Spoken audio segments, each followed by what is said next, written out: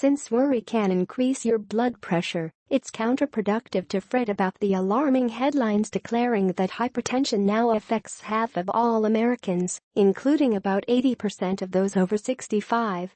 The numbers don't reflect a sudden decline in the public's health. Instead, health authorities have expanded the definition of hypertension, so it now includes some 30 million more people.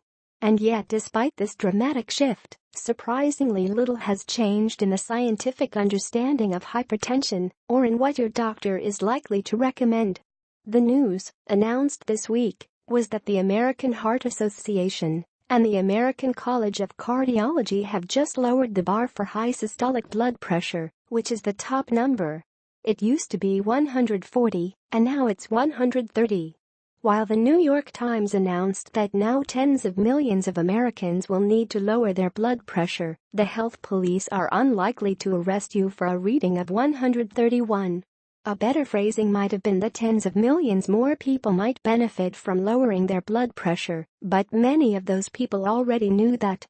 For most people in that newly diagnosed range, which used to be called pre-hypertension, the recommendation is not necessarily to take drugs, but to try lifestyle changes, such as exercising and eating less junk food, the same stuff doctors have been nagging people about for decades. These changes can have positive effects across the board. For some people who already lead a healthy lifestyle, it's still acceptable for doctors simply to keep an eye on things.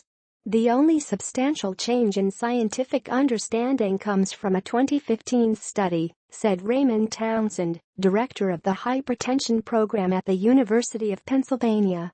Called SPRINT, for Systolic Blood Pressure Intervention Trial, it was actually geared to find the best treatment for people with high blood pressure and other factors that put them at an elevated risk of heart attacks or strokes. These were people who had about a 20% chance of dying within the next 10 years.